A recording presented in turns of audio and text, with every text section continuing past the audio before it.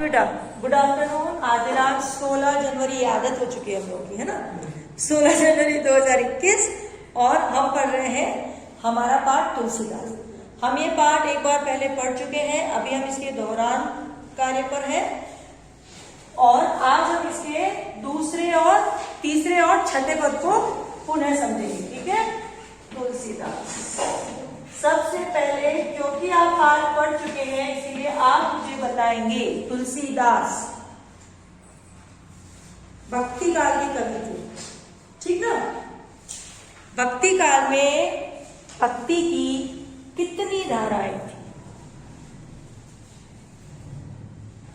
भक्ति काल में भक्ति की कितनी धाराएं थी? मैं अगर पूछूं तुलसीदास जी किस भक्ति धारा के कवि थे? सबसे पहले तो भक्ति काल में दो तरह की भक्ति थी, सगुण भक्ति और निर्गुण भक्ति।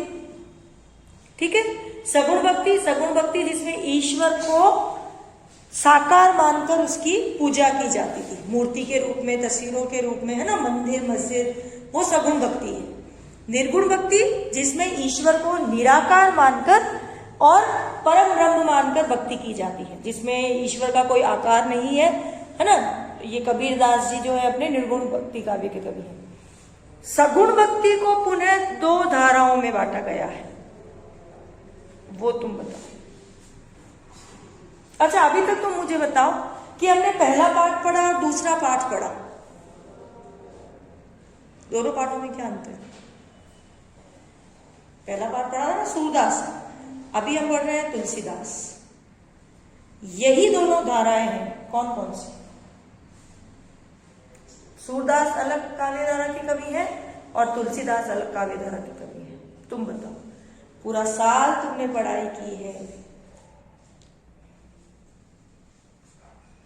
अच्छा, तुलसीदास और सूरदास में मुख्य अंतर क्या है ये तो बताओ।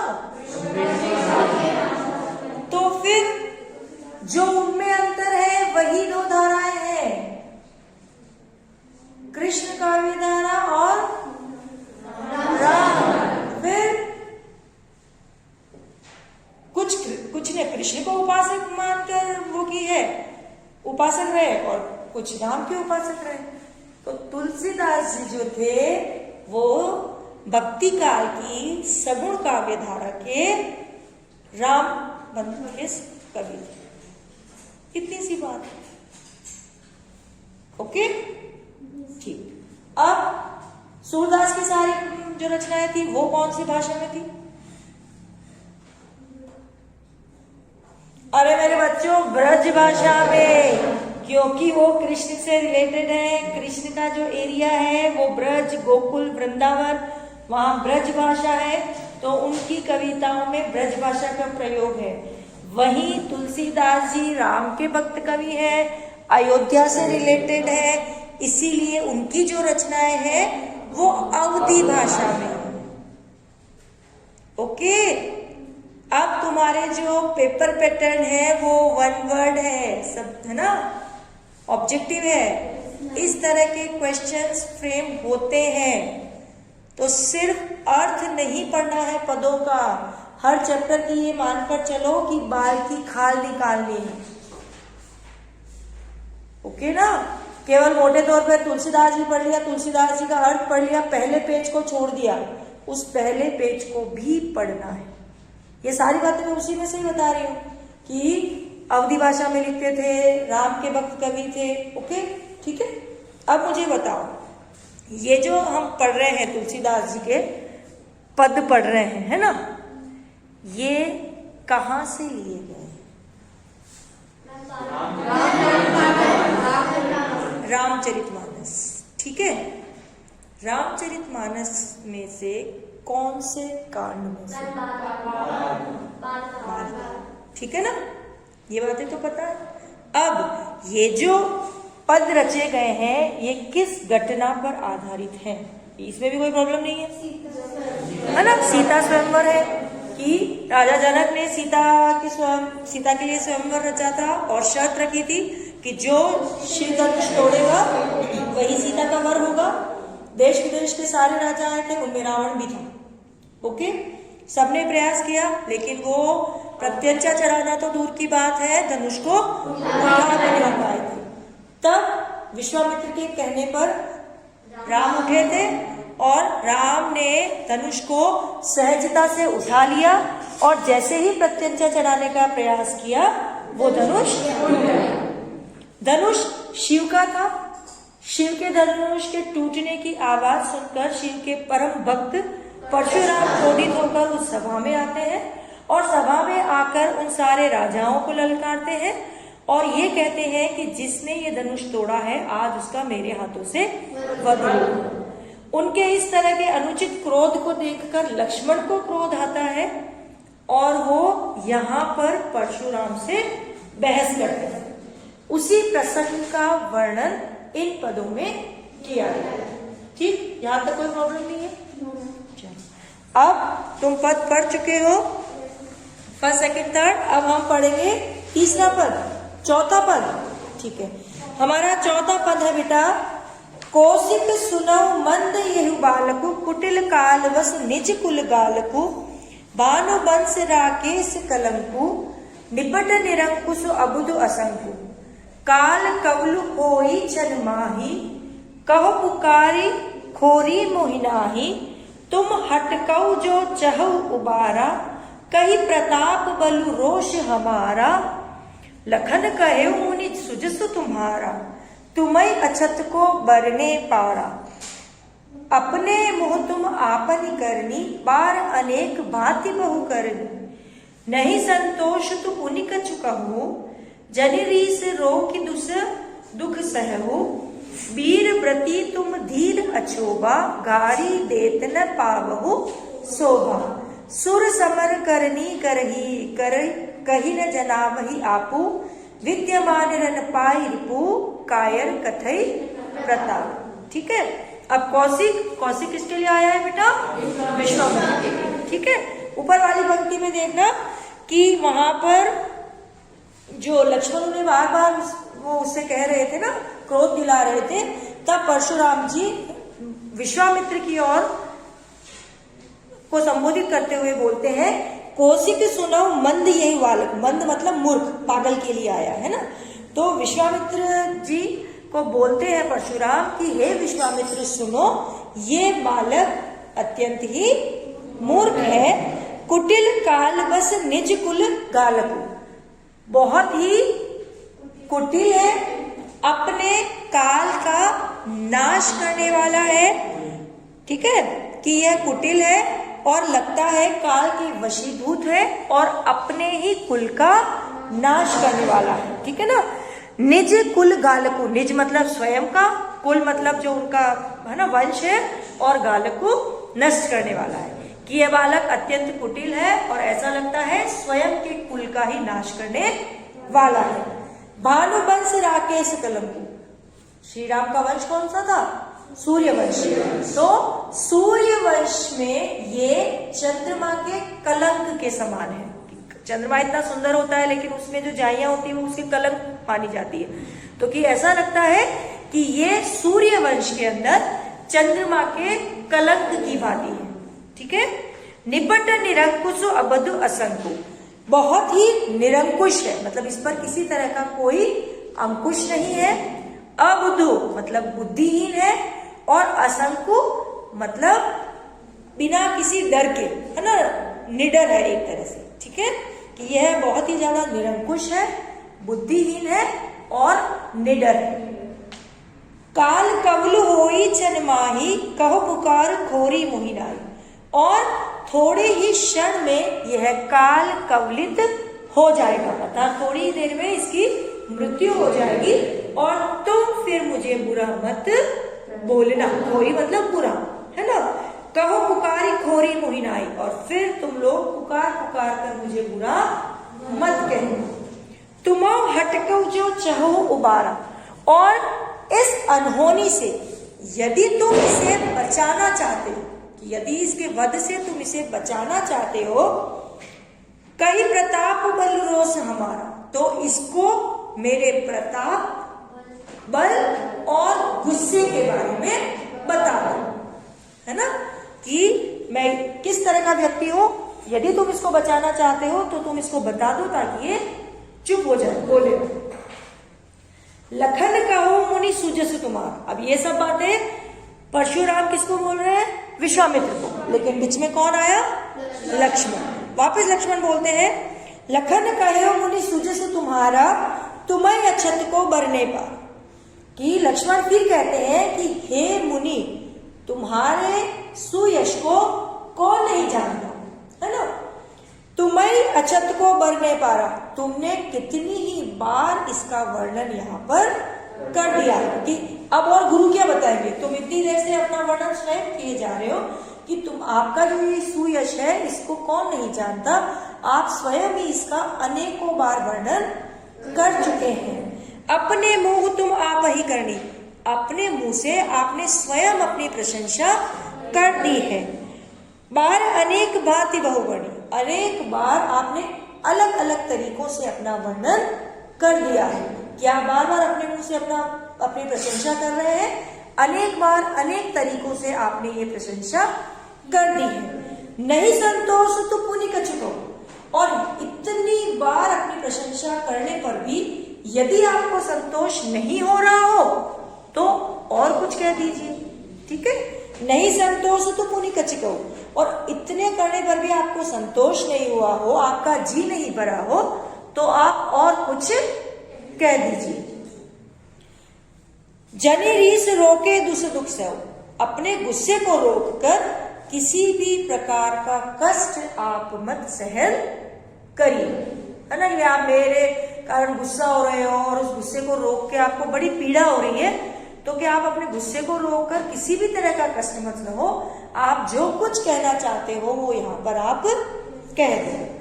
वीर व्रती तुम धीर अक्षोभा, कि आप अत्यंत वीर व्रती हो, ठीक है। आपको इस तरह से धैर्य धारण करना अशोभा देता है कि क्यों आप बिना बात गुस्से को सह रहे हो और मुझे क्षमा कर रहे हो।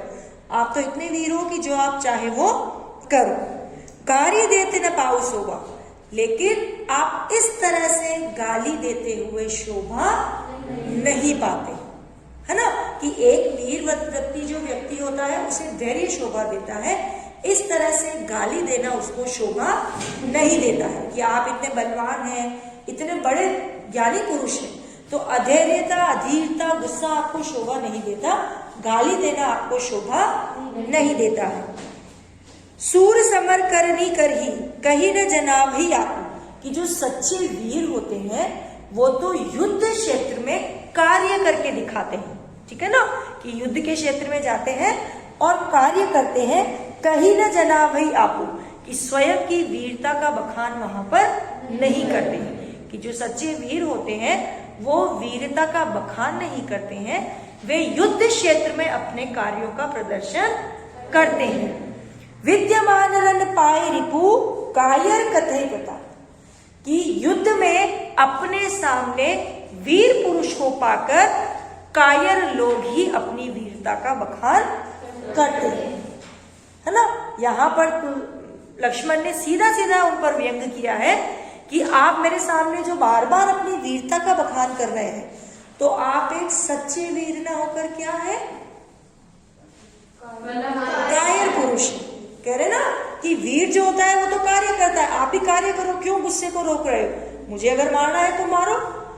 आप बार बार गुस्से को रोक रहे हो और ये बता रहे हो कि मैं वीर हूं, मैं गुस्से वाला हूं, मैं बलवान हूं, तो कि या तो आपको ऐसा लग रहा है कि सामने ज्यादा वीर है तो अपना वर्णन खुद कर दो ताकि सामने वाला डर जाए। तो कि जो वीर पुरुष होते हैं वो युद्ध क्षेत्र में कार्यों का प्रदर्शन करते हैं, जो कायर व्यक्ति है वही अपनी वीरता का बखान शत्रु को सामने देखकर करते हैं। अब बताओ कोई प्रॉब्लम? अब इसका अगला पद देखो बेटा, तुम तो काल हाक जनु लावा, बार बार मोहि लागी बुलावा, सुनत लखन के वचन कठोरा, परसु सुधारी धरेउ कर धोरा, अब जन देई दोष मोहि लोगु, कटुबादी बालक बद जोगु, बाल बिलो की बहुत में बाचा, अब ये उमर निहार बा साचा, कौशिक कहा क्षमी अपराधु, बाल दोष गुण गण ही न साधु, खर कुठार में अकरुण को ही, आगे अपराधी गुरु दोही, उत्तर देत छोड़ बिनु मारे, केवल कौशिक सील तुम्हारे।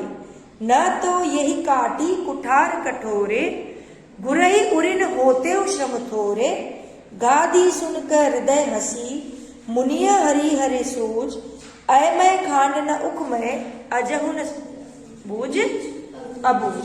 ठीक है, अब लक्ष्मण आगे बोल रहे हैं, तुम तो काल हाक जनुलावा, कि मुझे ऐसा प्रतीत हो रहा है आप मेरी मृत्यु को अपने साथ हाक कर लाए हैं, है ना, अपने साथ पकड़ कर लाए हैं मेरी मृत्यु को।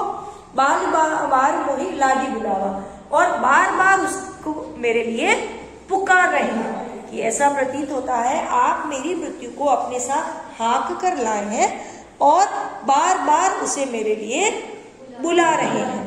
सुनत लखन के वचन कठोरा, अब लक्ष्मण के ऐसे कठोर वचन सुनकर परसु सुधारी दरेव कर धोरा, परशुराम ने अपने फरसे को सही तरीके से धारण कर लिया। सही तरीका मतलब किसी पर प्रहार करने वाला जो तरीका है, तो कि लक्ष्मण के ऐसे कठोर वचनों को सुनकर परशुराम ने अपना फरसा सही तरीके से धारण कर लिया।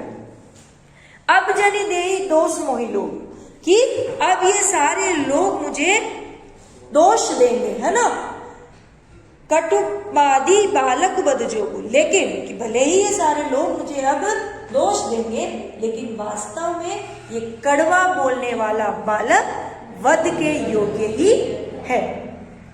बाल बिलो की बहुत मैं बाचा, कि बच्चा समझकर मैंने इसे बहुत देर तक बचाया। ठीक है, बिलो की मतलब देखकर, कि बच्चा देखकर इसे मैंने बहुत देर तक बचाया। अब ये उम्र निहार बा साचा, लेकिन सही में ये बालक मरने के योग्य ही है।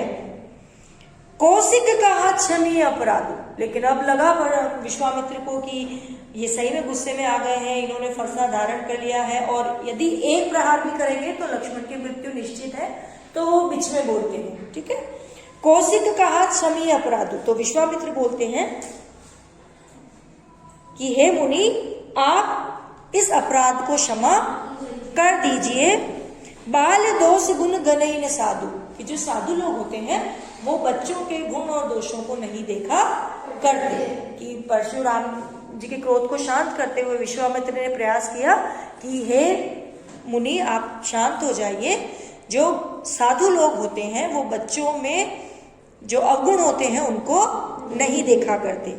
खर कुठार में अकुरन क्रोही, तो वो वापस परशुराम जी उनको कह रहे हैं, खर कुठार में अकुरन क्रोही, कि मेरे हाथों में कठोर फरसा है और मैं बहुत ही निर्दयी और क्रोधी व्यक्ति हूँ। ठीक है, आगे अपराधी गुरुद्रोही, और मेरे सामने एक गुरुद्रोही अपराधी खड़ा हुआ है। गुरुद्रोही ऐसा बेटा कि जैसे यदि मेरा कोई अपमान करे तो मेरे अपमान की रक्षा करना किसका कर्तव्य है? शिष्यों का, है ना। यदि तुम्हारी शिक्षा पर कोई प्रश्न उठाता है, तुम्हें कोई कुछ कहता है कि अरे तुझे तो ये भी नहीं आता, तो वो सीधा आक्षेप किस पर होता है? आपके गुरु पर, है ना। तो कि परशुराम को जब इतना कुछ कहा जा रहा था, है ना, कि लक्ष्मण उनके लिए कुछ कह रहे, तो उन्हें लग रहा है कि कहीं ना कहीं मेरे गुरु का अपमान हो रहा है। तो वो ये कह रहे हैं कि मैं बहुत क्रोधी हूँ, बहुत निर्दयी हूँ, और मेरे सामने एक गुरुद्रोही बालक खड़ा हुआ है, कि जो इस तरह का, जिसको अपनी गुरु की शिक्षाओं का भी वो नहीं है। गुरु ने कभी ऐसी शिक्षा नहीं दी होगी कि आप बड़ों के सामने बहस करें और इस तरह से आंसर करें, लेकिन आप वो कर रहे हो। इसका मतलब आप अपनी गुरु की शिक्षा का भी अपमान कर रहे हो। तो कि आप मतलब मैं इतना क्रोधी व्यक्ति हूँ, मेरे हाथों में कुठार है और मेरे सामने एक गुरुद्रोही बालक खड़ा हुआ है। उत्तर देत छोड़ बिनु मारे, लेकिन फिर भी, और जब ये मुझे उत्तर पर उत्तर दिए जा रहा है और फिर भी मैं इसे बिना मारे छोड़ रहा हूं, है ना, कि मैं क्रोधी हूं, मेरे हाथ में हथियार भी है ना, और सामने सही में एक अपराधी खड़ा हुआ है, लेकिन फिर भी, और वो अपराधी मुझे उत्तर पर उत्तर दिए जा रहा है, फिर भी मैं इसको छोड़ रहा हूं। कि मतलब सारी परिस्थितियां उसका वध करने योग्य है, लेकिन फिर भी यदि मैं इस बच्चे को छोड़ रहा हूं तो हे विश्वामित्र, सिर्फ आपके व्यवहार के कारण, शील मतलब व्यवहार, अच्छा व्यवहार, तो कि मैं ऐसे उत्तर देने वाले बालक को भी यदि छोड़ रहा हूं तो हे विश्वामित्र, सिर्फ आपके व्यवहार के कारण, है ना। उत्तर देते छोड़ो बिनु मारे, केवल कौशिक सील तुम्हारे, कि उत्तर देने वाले बालक को भी मैं छोड़ रहा हूं तो हे विश्वामित्र, सिर्फ आपके अच्छे व्यवहार के कारण। न तो यही काटी कुठार कठोरे, वरना मेरा कठोर फरसा इसे अभी तक यहाँ पर काट डालता। ठीक है। बुरे उऋण होते ही श्रम थोड़े, और थोड़े ही श्रम से मैं अपने गुरु के ऋण से मुक्त हो जाता, कि तुम्हारे कारण मैं नहीं मार रहा हूं, वरना एक क्षण में मैं इसको मार देता, और थोड़े ही प्रयास से मैं अपने गुरु के ऋण से मुक्त हो जाता। गादी सुनकर हृदय हंसी, है ना। तो कि जो विश्वामित्र होते हैं वो परशुराम की ऐसी बातें सुनकर मन ही मन हंसते हैं।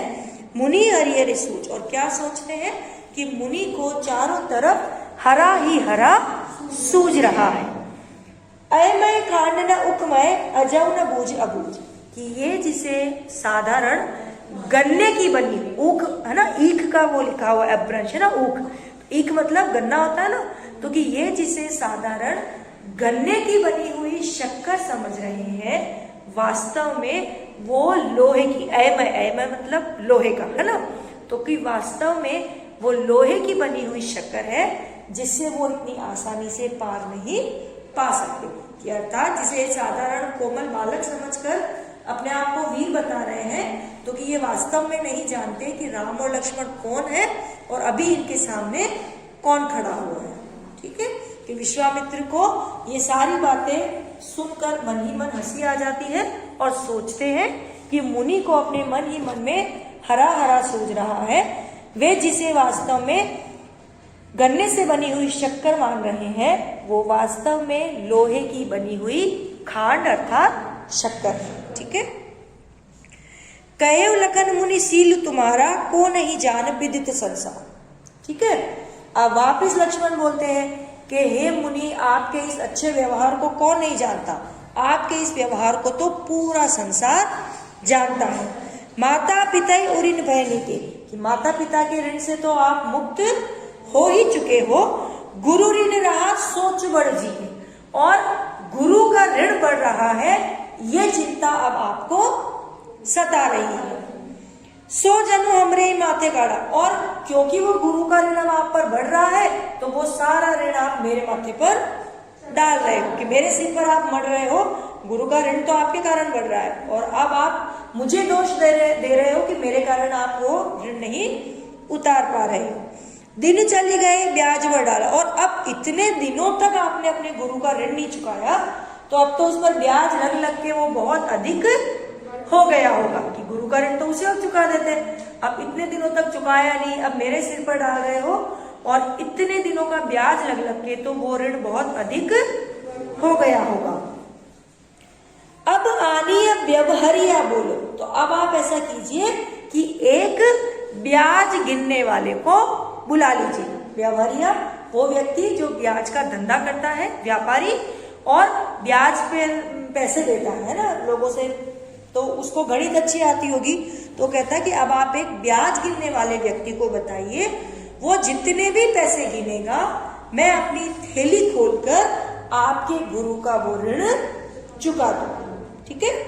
अब आनी व्यवहारिया बोलो, तुरंत देव मैं थैली को, कि आपके गुरु का ऋण न चुकाने के कारण जो इतना बढ़ चुका है, आप एक ब्याज गिनने वाले व्यक्ति को बुला दीजिए, वो गिनकर जितना भी बताएगा मैं तुरंत ही अपने पैसों की थैली खोलकर वो ऋण यहाँ पर चुका दूंगा।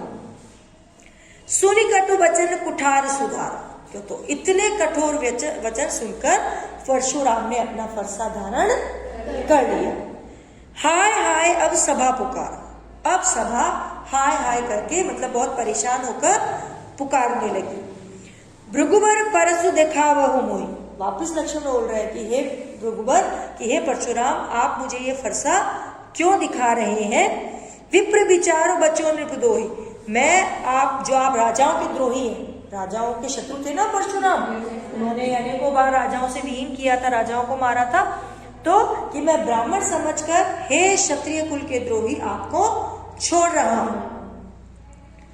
मिले न कबहु सुबटरन गाड़े, ऐसा लगता है आपको अभी तक युद्ध क्षेत्र में वीर योद्धाओं से पाला नहीं पड़ा है, कि आपको अपने जितने भी आपने युद्ध किए हैं, जितने भी क्षत्रियों को आपने मारा है, तो ऐसा प्रतीत होता है कि अभी तक आपको कोई भी सच्चा वीर सामने नहीं मिला है। द्विज देवता घर ही के बारे के, हे ब्राह्मण देवता आप अपने घर के ही वीर हैं, ठीक है। अनुचित कई सब लोग पुकारे, अब वो इतना बोल रहे हैं कि अभी तक लगता है आपको कोई वीर योद्धा नहीं मिला है, आप तो अपने घर के ही वीर हैं, है ना, बाहर तो कभी आपने युद्ध लड़े नहीं है। अब इतना जब वो बोल रहे हैं तो सारी सभा लक्ष्मण के इस व्यवहार को अनुचित अनुचित कहकर पुकारने लगी। ये सभा को भी लगने लगा कि इतने बड़े पुरुष को इस तरह के वचन बोलना शोभा नहीं देता है। तो सारी सभा लक्ष्मण के इन वचनों को सुनकर अनुचित अनुचित कहने लगी। रघुपति सैन ही लखनु नेवार, तब श्री राम ने अपने नेत्रों से लक्ष्मण को इशारा किया शांत रहने का। ओके। लखन उत्तर आहुति सरिस भृगुबल कोप कृषाण, कि लक्ष्मण के उत्तरों ने, है ना, लखन उत्तरी आहुति सरिस, आहुति यज्ञ में जो अपन बेटा वो स्वाहा करके जो आहुतियां देते हैं ना, आहुति सरिस मतलब समान, यहाँ पर उपमा अलंकार है, ठीक है।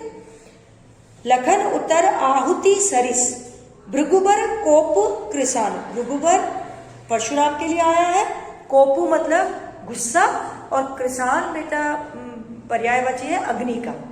तो लक्ष्मण के उत्तरों ने परशुराम की क्रोध रूपी अग्नि में आहुति के समान कार्य किया, अर्थात श्री कृष्ण परशुराम की जो क्रोध रूपी अग्नि जल रही थी, तो लक्ष्मण के उत्तर उस क्रोध को आहुति के समान और अधिक बढ़ा रहे थे, ठीक है। बढ़त देख जल संवचन बोले रघुकुल भानु, और इस अग्नि को, इस गुस्से को और अधिक बढ़ता हुआ देखकर श्री राम अपने शीतल जल के समान वचनों से बोले, ठीक है। अब बोले क्या होंगे वो आगे की बात है कि चुप हो जाओ मत करो, ठीक है। ठीक, ये हमारा पाठ है बेटा तुलसीदास। अब हम करेंगे बेटा इसके अतिरिक्त प्रश्न। हमारा पहला प्रश्न है, लक्ष्मण ने, start writing, just listen. Laxman ने श्री राम को निर्दोष, लक्ष्मण ने श्री राम को निर्दोष तथा परशुराम के क्रोध को अकारण बताने के लिए क्या तर्क दिए। लक्ष्मण ने श्री राम को निर्दोष तथा परशुराम के क्रोध को अकारण बताने के लिए क्या तर्क दिए।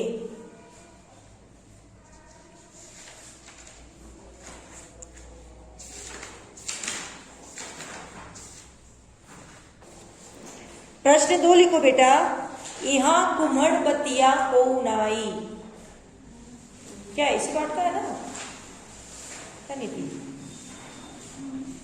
यहाँ कुम्हड़ बतिया को नाई, मैंने तो बात नहीं पढ़ाया तो पाठ तो है ना,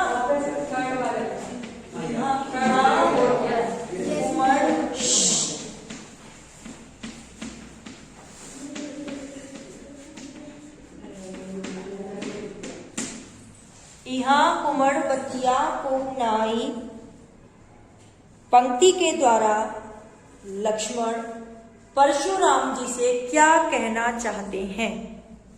पंक्ति के द्वारा लक्ष्मण परशुराम जी से क्या कहना चाहते हैं।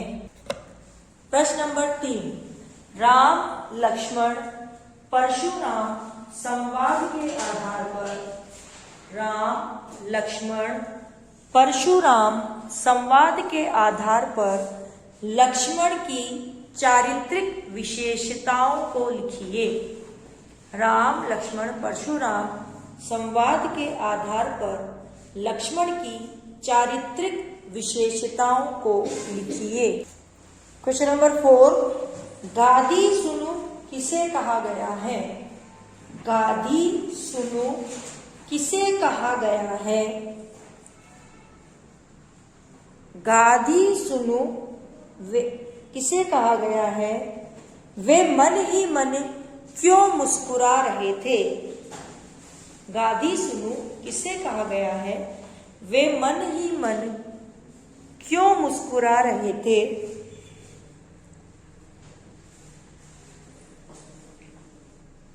पाठ के आधार पर स्पष्ट कीजिए। परीक्षा में आएगा राम लक्ष्मण संवाद पाठ के आधार पर, है ना? आप सीधा लिख दो, पाठ के आधार पर स्पष्ट कीजिए। गादी सुनो किसे कहा गया है? वे मन ही मन क्यों मुस्कुरा रहे थे? पाठ के आधार पर स्पष्ट कीजिए।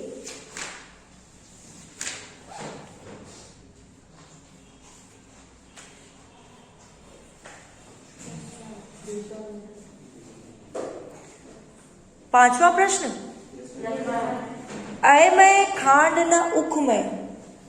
अयमय लिखो, है ना तुम्हारे साथ?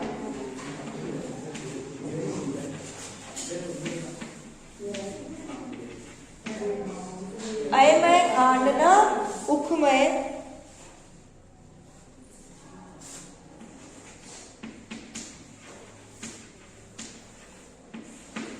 अयमय खांड न उखमय पंक्ति में विश्वामित्र जी क्या सोच रहे हैं? अयमय खांड न उखमय पंक्ति में विश्वामित्र क्या सोच रहे हैं? पाठ के आधार पर स्पष्ट कीजिए।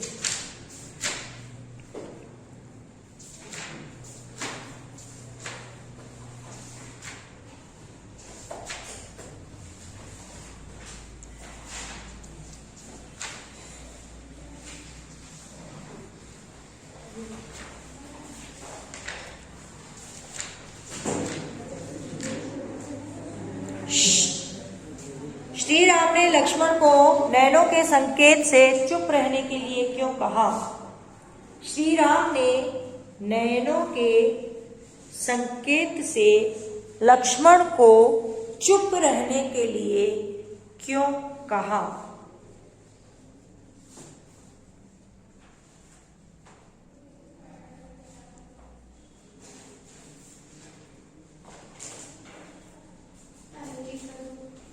श्री राम ने लक्ष्मण को नयनों के संकेत से चुप रहने के लिए क्यों कहा?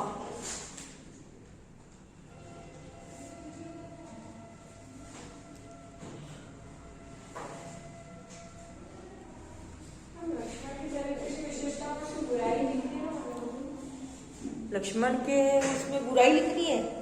अच्छा, लक्ष्मण के चारित्रिक उसमें एक बुराई तो लिखोगे, लेकिन एक मतलब बुराइयां तो लिखोगे, लेकिन एक अच्छा